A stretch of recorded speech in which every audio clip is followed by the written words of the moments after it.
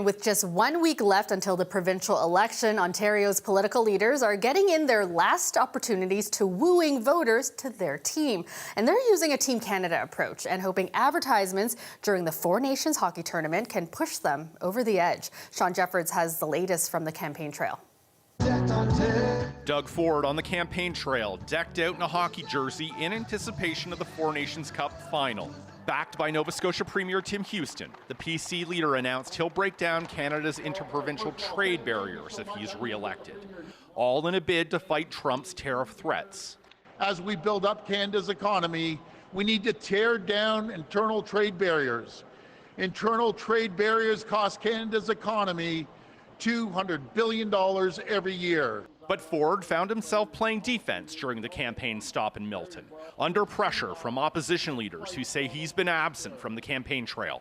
He denied that accusation as he took questions from reporters in the province for the first time in 10 days. Ford skipped out on scrumming with reporters following Monday's leaders' debate. Last time I checked, you guys grilled us for 90 minutes 2 days ago.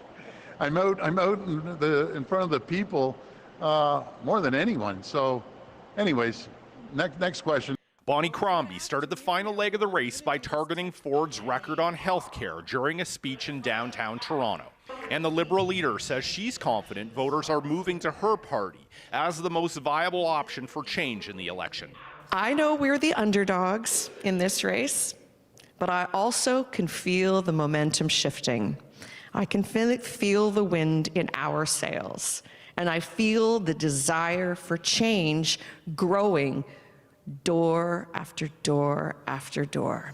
NDP leader Marit Stiles cast her ballot at an advanced poll in Toronto. And she took aim at Ford and Crombie, neither of whom, she says, are doing enough to earn the support of Ontarians. I'm not giving up. I intend to form government. I'm fighting to be the premier of this province, to make real change in Ontario. And so, I said yesterday, I think Doug Ford, when he called this election, he quit as premier. Bonnie Crombie seems to be quitting the fight. I will not quit. Green Party leader Mike Schreiner kicked off the home stretch of his campaign with a new plan to protect renters, expanding rent control and capping some increases. Right now in Ontario, there is no community where a full-time minimum wage worker can afford rent. We have to stabilize this situation. The Tories, Liberals, and NDP all say they'll be advertising during the Canada-US game. That will kick off a surge of ads over the last week of the campaign as the parties attempt to woo voters. Election Day is next Thursday. Sean Jeffords, CBC News, Toronto. Elections Ontario telling CBC Toronto that the first day of advance poll voting has been successful. Now, if you haven't received your voter information card in the mail just yet, a spokesperson says you can still vote early. The voter information cards are important because they allow the process to basically happen faster at the voting location, but they're not necessary. You can still come into any voting location in your electoral district. And the way to figure out those locations, again, is to hop on our website, which is elections.on.ca. We have a voter information service portal in there. All you do is pop in your postal code and it will tell you the closest advanced voting location that you can go to. Then when you arrive there, if you don't have your voter information card, there is a process that you do have to go through with requires a couple pieces of ID to verify you. A full list of which ID to bring is available on Elections Ontario's website. Flood says while there's also been some concern about winter weather potentially impacting the vote, he says staff prepare for all sorts of scenarios on the big day. From $200 checks to grocery rebates to income tax cuts, Ontario's main political parties are trying to win over voters this election by appealing to their wallets. Our senior Queen's Park reporter Mike Crawley compares their plans. Of course. The party with the biggest money in your pocket promise this election is the NDP. Marit Stiles pledging what she calls a grocery rebate aimed at low and moderate income households. Everywhere I go in this province, people are struggling, and they're struggling to put food on the table. The NDP plan would give nearly $5 billion annually back to taxpayers. An eligible family of four would get more than $1,400 a year. We are in the midst of an affordability crisis. People need help right now. Who's gonna fight for you? The biggest tax rebate from Doug Ford's PCs was handed out by his government just in time for the election. A $200 check to every Ontario taxpayer, no matter how rich or poor. including to Ford himself. What will he do with his check? I'm going to donate it. I'll go to the food bank and donate it. The checks send $3 billion back to taxpayers. This one-time payment of $200 is less than every other party would put back in your pocket. We believe in reducing taxes and putting it into companies and into people. Yet Ford's PC party is not promising to cut income taxes, unlike his Green and Liberal rivals. We will lower taxes for low and middle income earners. I'm going to cut your taxes. Yes, your income tax. The Liberals are promising $2.9 billion a year in income tax cuts and an HST break. A typical household would get back more than $1,100 per year. Is your life more affordable today than it was before Doug Ford? And clearly the answer to that is no. The Green Party proposes a far bigger income tax break than the Liberals. $4.7 billion a year back to taxpayers, around $1,700 to a typical household. Money in their pocket to help them pay the rent, pay the mortgage, put food on the table, buy clothes for their kids. A key difference among the parties in their tax cut and rebate plans is who they're targeting. In contrast to the PCs sending an identical check to everyone, the other parties are focusing tax relief on lower and middle income earners. Mike Crawley, CBC News, Toronto. A Toronto man accused of shooting and killing his ex-girlfriend in a parking garage has been convicted of first-degree murder. 23-year-old Daniela Malia was found dead in an underground parking garage of a community housing building at Jane and Wilson 2.5 years ago. Her ex-boyfriend, 33-year-old Dylan Dowman, had pleaded not guilty in her death. Now, throughout the trial, the jury heard from first responders and investigators who recalled the details of that afternoon. They were also shown photos of the crime scene, as well as surveillance video showing Malia being accosted outside the garage. 3 days before she was killed, Malia reported to police that Dowman had been threatening and harassing her. Sentencing will happen at a later date.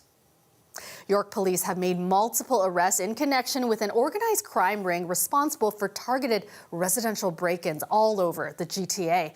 They say all the suspects are from outside Canada, engaging in what they refer to as crime tourism. Greg Ross explains. York Regional Police Task Force, dubbed Project Dusk, was developed specifically to combat a growing number of break-ins at residential homes. Police say organized crime groups are targeting homes in high-end neighborhoods, and they say the people carrying out these robberies are traveling to Canada from other countries. Latin American theft groups and Eastern European theft groups enter Canada shortly after the daylight savings ends in the fall and return home to their countries in the spring after they've committed crime. Police say the timing is due to the fact that the days are shorter and the weather is colder. The thieves wait until after dark, when fewer people are outside, to witness their crimes. They will also wait for the homeowner to leave and usually break in through the front or back door. Very infrequently do we see firearms in this type of offense. These criminals, as a general rule, are not looking for confrontation. They're skilled, they conduct surveillance prior to committing entries in order to ensure the victims are not home. Police say these groups operate quickly and are usually in and out of the house within minutes.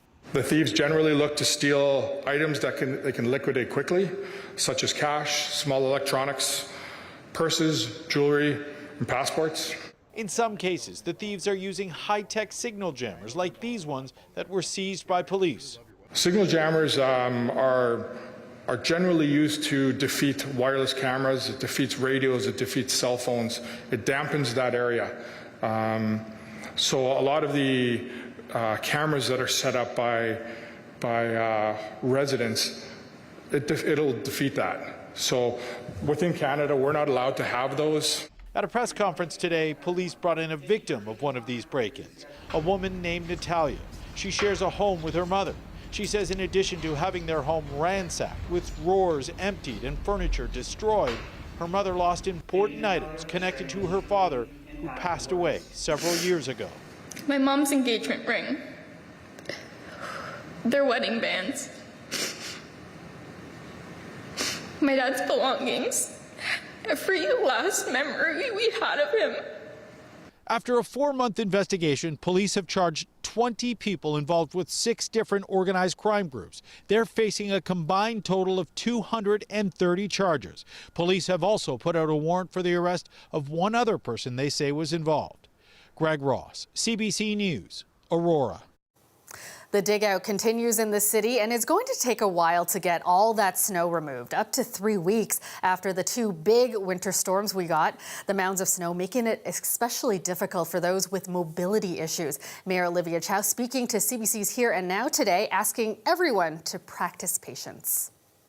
Now, the snow just came in, not like last weekend, like not that long ago, right?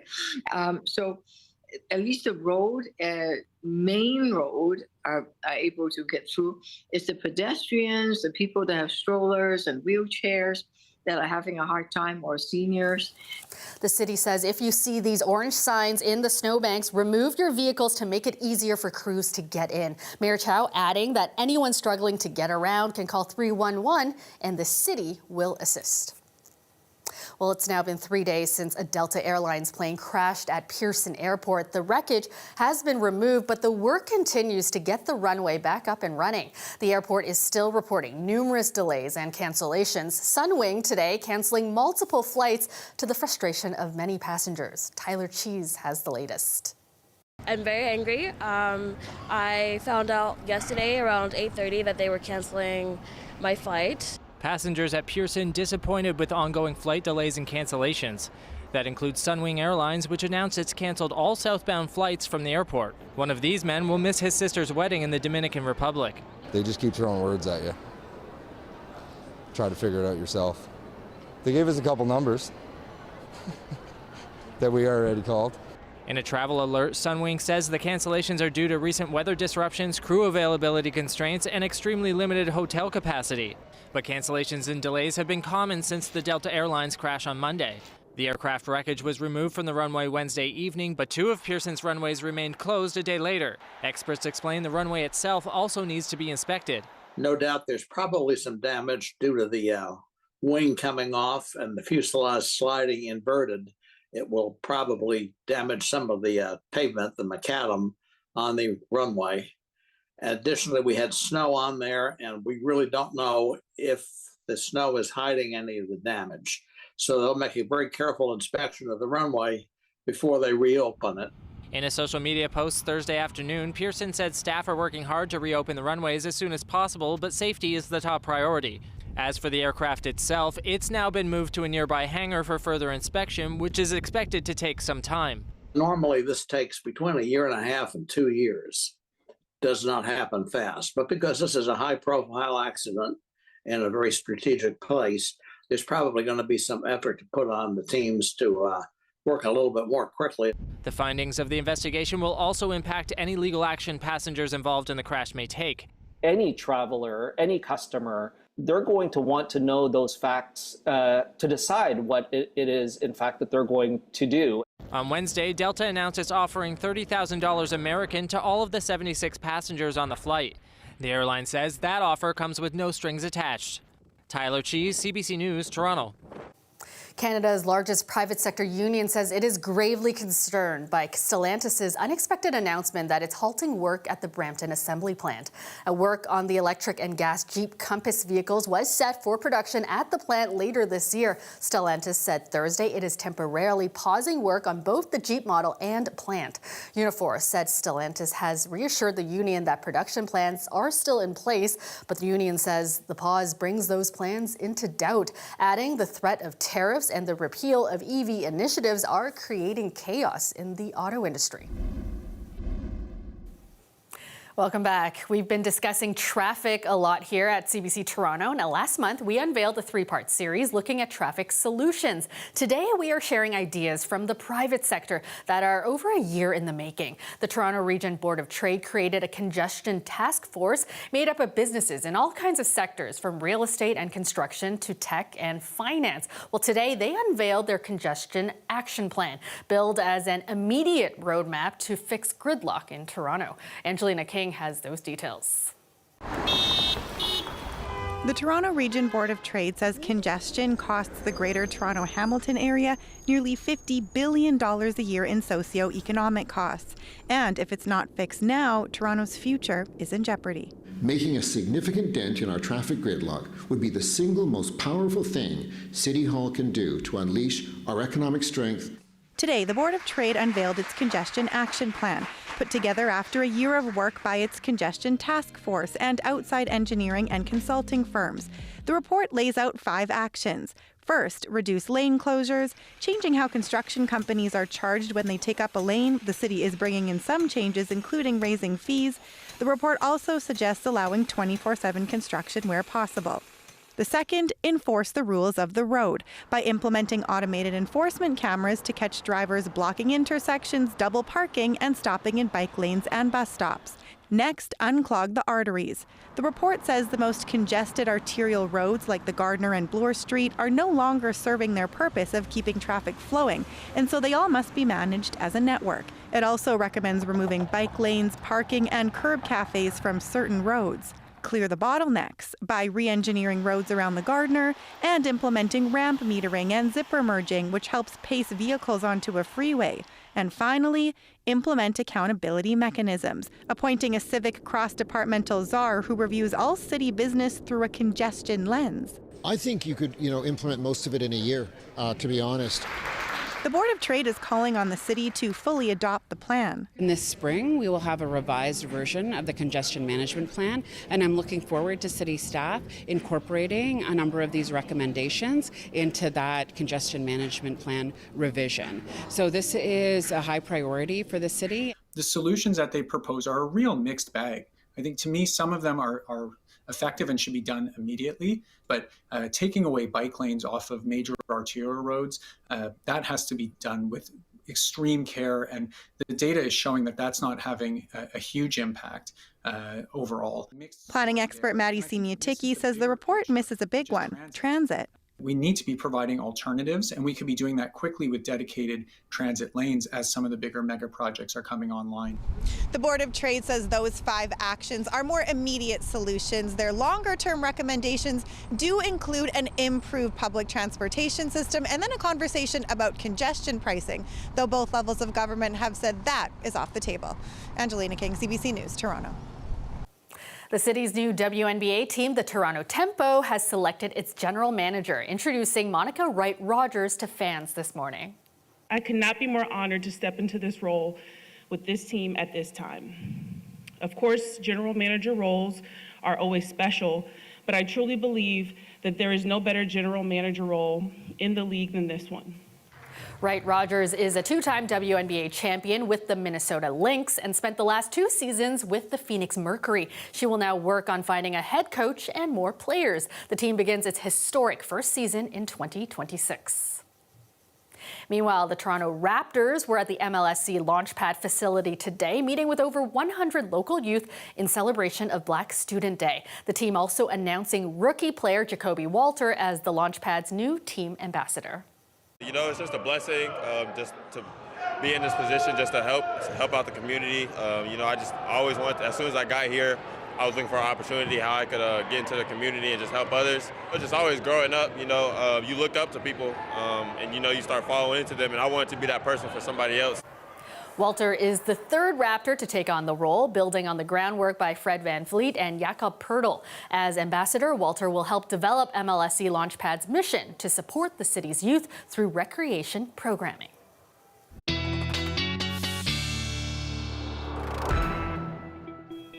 All right, we have Chris Potter with us, and Chris, things outside pretty calm, and it's going to start getting a little warmer, right, as the days go on. Something to look forward to. Yeah, definitely. I don't remember the last time exactly. I'd have to double check when we were above zero, because we frequently did it during January, but it does feel like a long time ago. Obviously, the cold air is still in place. You felt it today. The winds were a little bit stronger than yesterday, but it was fairly quiet. We did see flurries across the region and some lake effect heavy flurries off of Lake Huron stretching southward, but it was quiet across the Great Lakes, and it was basically quiet across North America thanks to a very large area of high pressure extending from the James Bay all the way down to the Gulf of Mexico. There is a system moving up the Atlantic, moving in towards eastern Newfoundland, and a couple of systems off towards BC. But for us and the rest of the region, it's quiet. -1 is the normal daytime high, -9 is the normal overnight low, and we struggle to get much past -8 today.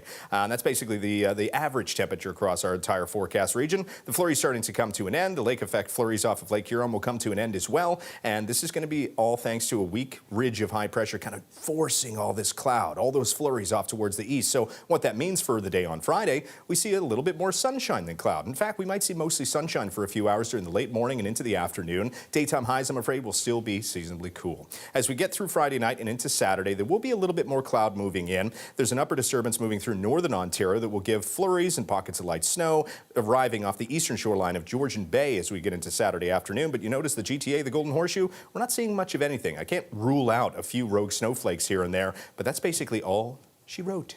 As we get into Sunday, lots of cloud cover, a higher risk of flurries, but these aren't going to be widespread. We're not talking about major accumulations. We're just basically talking about a light dusting locally, not much more than that. The exception to the rule is once again eastern Georgian Bay because of what's happening Saturday and into Sunday, and off Lake Huron and Georgian Bay. -11 for your overnight low, not as bad as last night, but still cold enough, especially when you factor in those winds. I have daytime highs around -5 for tomorrow, -3 in Windsor, -8 in towards Ottawa, so it is starting to move in the right direction.